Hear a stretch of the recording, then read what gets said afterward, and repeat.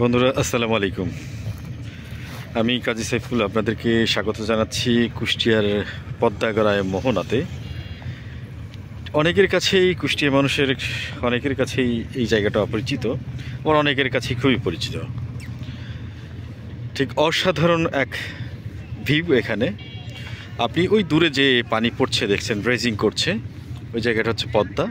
আর এটার পদ্মার উৎসমুখ মানে গড়াই নদীর উৎসমুখটা এখান থেকেই গড়াই নদীর শুরু। ঠিক এইটা হচ্ছে ত্রিমোহনী, মানে মোহনা আর কি, ত্রিমোহনী না, মোহনা। পদ্মা এই দিক দিয়ে এসছে গঙ্গা, মানে আমি যে এদিক দেখাচ্ছি আমার সোজাসুজি, এটা পদ্মা রাজশাহী হয়ে ভারত হয়ে এই বাংলাদেশে ঢুকে বঙ্গোপসাগরে মিশেছে। এই ঠিক এদিক দিয়ে যে রাজবাড়ি, পাবনা, তারপরে হচ্ছে মাদারীপুর, শরীয়তপুর হয়ে বঙ্গোপসাগরে মিশেছে। আবার এইখান থেকে গড়াই নদী শুরু।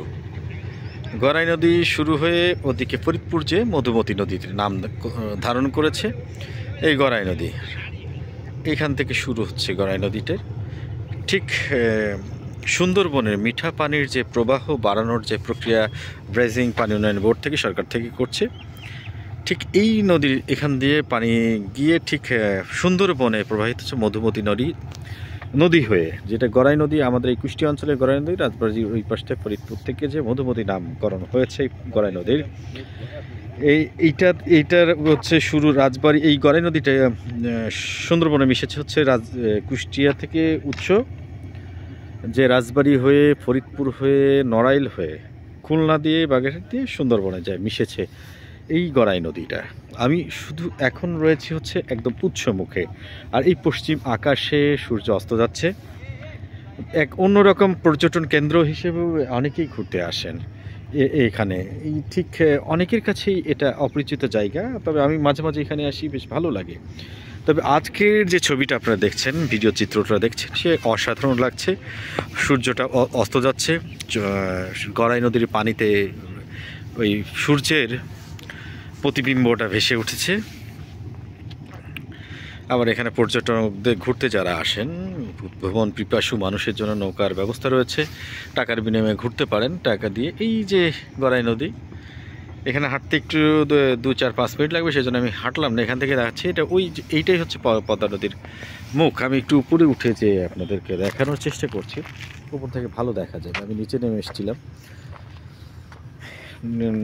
এইটা আগে অরক্ষিত ছিল, পরে ভাঙন রোধে এখানে যেহেতু প্রচণ্ড স্রোত হয়, যেহেতু নদীর শুরু, সেই যে কারণে এখানে নদী শাসন করা হয়েছে ব্লক দিয়ে। আর এখানে যাতে ভেঙে না যায় স্রোতটা, ওর জন্য জিও ব্যাগ দিয়ে বালির ব্যবস্থা করা হয়েছে। ওই যে গাছ দূরে দেখা যায়, ওইটা হচ্ছে পাবনার অংশ, পাবনা ঈশ্বরদীর এলাকা, ওই এলাকাটা। তার কিছু দূর গেলেই আপনি রূপপুর, এই সোজা যে যেখানে ওই ব্রেজিং মেশিন দেখা যায় দূরে, ওই সোজা গেলে ঈশ্বরদী রূপপুর পারমাণবিক বিদ্যুৎ কেন্দ্র, যেটা মানে প্রকল্প নেওয়া হয়েছে। যাই হোক, আমি নতুন একটা ভিডিও দেখানোর চেষ্টা করলাম কুষ্টিয়ার খুব কাছে। যারা এখানে সামনে কিন্তু কাশ ফুল হয়, এখন আছে কিনা জানি না, তবে এখানে কুষ্টিয়ার খুব কাছেই, কুষ্টিয়া শহর থেকে 2-2.5 কিলোমিটার দূরেই এই মোহনা, পদ্মা এবং গড়াইয়ের মোহনা।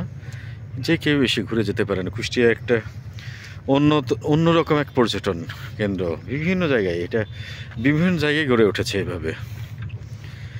যাই হোক, মন চাইলে এখানে ঘুরে যেতে পারেন, মন ভালো হয়ে যাবে, প্রকৃতির সাথে মিশে যেতে পারবেন, বেশ ভালো লাগবে। সবাইকে ধন্যবাদ জানিয়ে শেষ করছি। অন্য কোনো ভিডিওতে আবার দেখা হবে। ভালো থাকবেন। আসসালামু আলাইকুম।